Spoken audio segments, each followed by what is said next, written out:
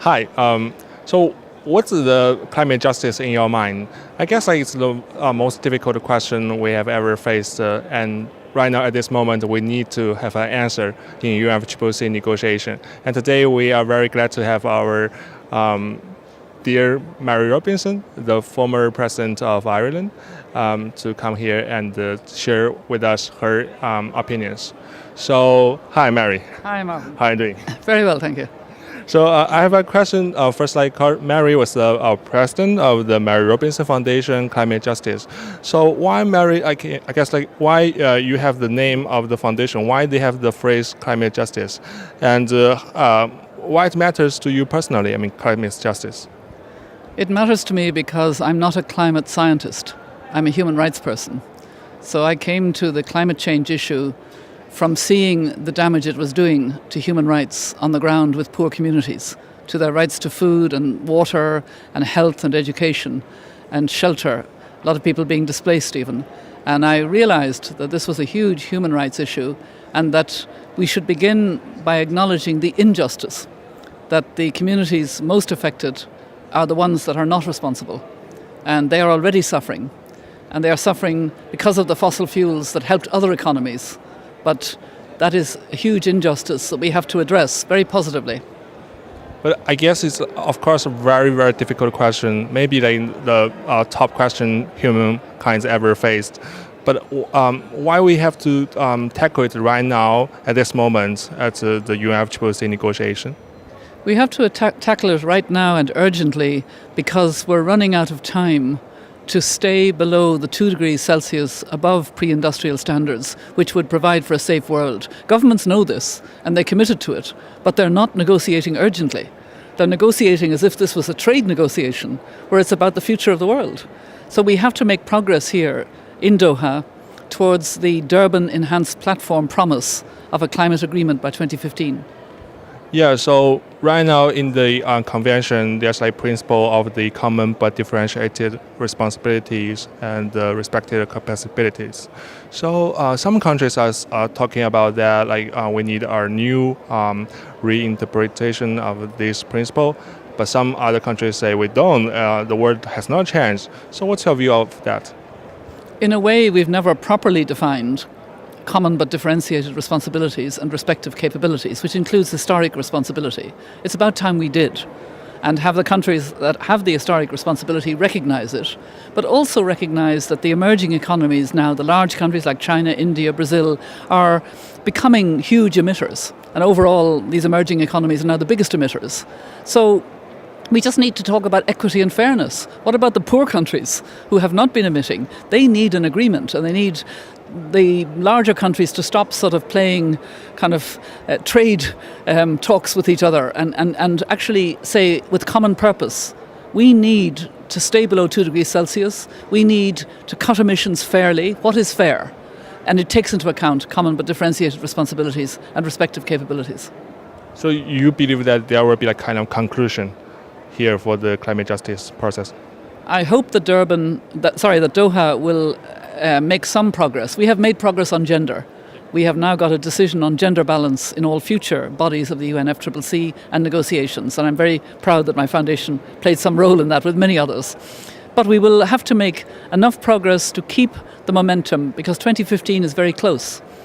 I don't believe we will succeed if we don't create a big demand from people all over the world for a fair, ambitious and equitable decision. And that's why we need a climate justice dialogue to achieve that. Yeah, so I guess most of our audience, they have the question that how can we really operationalize this discussion? So what's the approach of the climate justice dialogue? The climate justice dialogue, which we are initiating with the World Resources Institute, is the most open dialogue you can imagine. And we are going to be talking to indigenous peoples, small island states, China, India, the United States, Europe, Africa. We're going to be looking at young people's perspective, at women's perspective, at the business perspective, on what would be a fair agreement. What is really equitable? You see, there are not safe spaces to discuss this. So despite the fact that everybody repeats common but differentiated responsibilities and respective capabilities, we don't talk about what this means operationally. And we only talk about it in terms of emissions mitigation. We believe that we need fairness and equity in adaptation. The poorest are suffering most. They don't have insurance. They don't have a plan B. We must help, and we must make it more equitable. Access to technologies and transfer of technologies. We need to address the 1.3 billion people who have no electricity, the 2.6 billion, mainly women, who still cook on coal and animal dung and hurt their lungs and get sick and die. And equity in financing. So when we start talking about equity across the board, it becomes a different conversation. Some countries may be able to provide more money, but say we can't altogether cut down our emissions because we still have parts of our country that need to develop. And others will say, we really can get a debate going. And that's what we want. Yeah, but how we really have to respond to the time limitation, because we need to have the agreement by 2015. That's the most critical point, the urgency. That's where it becomes very personal for me. I have these 4 grandchildren, the eldest is 8, and they will be in their 40s in 2050. And that will be a world with 9 billion people, and it will be a world with a lot of food insecurity, water shortage, people will be displaced, maybe as much as 200 million. There will be much more weather shocks every year, not every 10 years. And what will they say to us if we don't act now? Because they will be too late to act. They will be faced with a reality that they can do very little about. We can actually address that reality now by taking the right decisions so that we do stay on a course that's below 2 degrees Celsius. But we're running out of time. So there's the urgency of 2015, and there's the urgency, literally, of saving the future of the planet. Yeah, but for us, for individuals, how can we contribute to the process? How can we help the countries to find a common ground, and we really get this point that everyone can act together? I really believe that this is such an important issue that every single person who becomes aware of it must become a kind of leader on it. So young people in particular must, and young people give me great hope because your generation and younger than you understand, and they know it's their future. So they're beginning to get very angry, and they should. And women understand because they understand practicalities of food and water.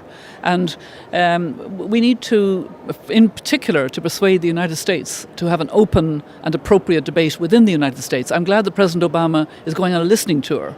And I hope that when he has finished, he will give the leadership that he should give on climate, not just in the United States and for the sake of climate efficiency and resilience in the United States, but also at the international level.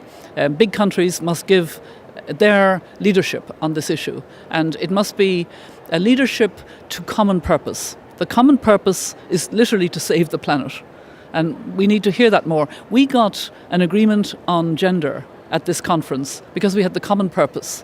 We had in the same room India, United States, China was in, Algeria, Grenada, and everybody was saying, we have little difficulties, and the others were saying, well, we respect that, but we want to get the decision.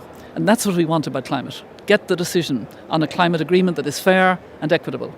Yeah, let's hope for that, and we invite everyone to join the discussion, and thank you very much.